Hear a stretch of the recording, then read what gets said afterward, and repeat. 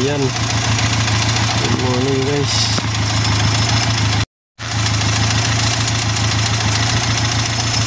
So yan, good morning guys. May share lang ako sa inyo paano malaman ninyo kung good charging ang alternator ninyo.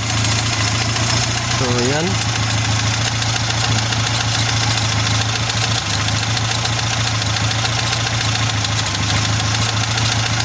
So 14.5 to 14.8 or 6, ganyan. 14.5, 14.6, 14.8. So normal charging ng isang alternator, walang load. So kailangan papatak yan siya sa 13.8, 13.6 pag may aircon na at saka headlight.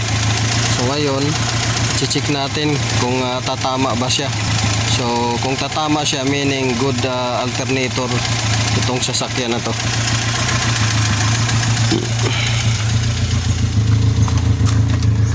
So dito tayo, i-aircon natin. So ayan, pumasok yung RPM. Tapos i-headlight natin, ilawin lahat. Yan. Tapos load, lagyan natin ng load. Yan. Ayan. So dito tayo. So nakailaw yan. Ilaw din yung headlight. So ilaw. Ayan. Pasok pa rin siya kahit na 13.1 or 13. Okay. Pasok pa rin siya sa 13. So hindi pa rin yun siya guys lulubat or magpapalya. So yan yung reading niya. So patayin natin yung hazard. Yan. Patayin natin yung hazard.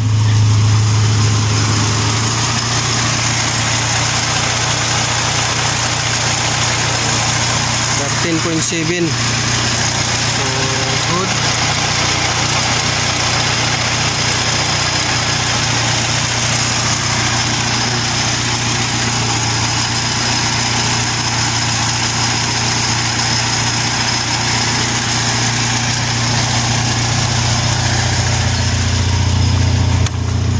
Patayin natin yung ilaw.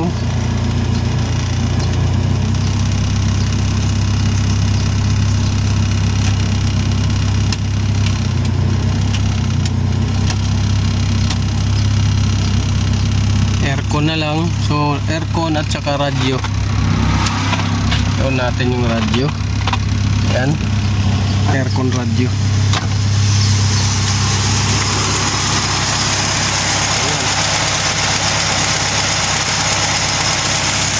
Goods na goods yung charging. Ngayon pag pinatay natin yan, titingnan natin kung may discharge ba.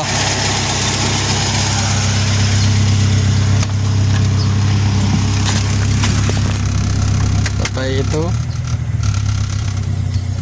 patay radyo. So wala nang gumagana dyan. Ngayon patay makina. Tingnan natin doon.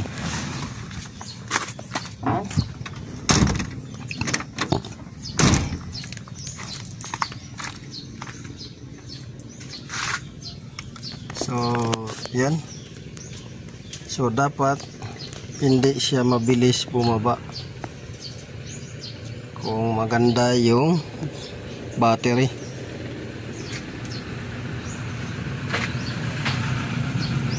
So, yun. Yan lang may share ko sa inyo. Kasi minsan naguguluhan yung ibang customer. So dapat pag may load is papatong lang siya sa 13. Hindi babagsak siya sa 12.6 kung may load. Kung walang load, dapat nandun siya sa 13.9 or papatong siya sa 14.2. Ganyan. Depende yan sa status ng alternator, kung maganda or weak na. So yan lang ma-share ko sa inyo. So this is Autoboyson. Maraming salamat sa panonood. God bless you all. So yun guys, matapos yung isang sasakyan natin dinadiagnose sa charging, ito naman pangalawa, charging issue din. So naka overnight parking na to. Titingnan natin kung nag-drain ba siya. So dapat minimal reading niya is 12.6. Dapat hindi bababa dyan. Pagka bumaba dyan, nag voltage drop siya or drain battery. So bago na yung battery nito guys, ino-observe lang natin kung mayroong voltage drop, meaning may short circuit sa system ng electrical. So far wala naman, 12.8 pa rin. So good ang electrical natin dyan. From battery going to alternator, from battery going to starter. Pero ito siya guys, dahil low charging, ang request natin ay alternator. So yun lang guys.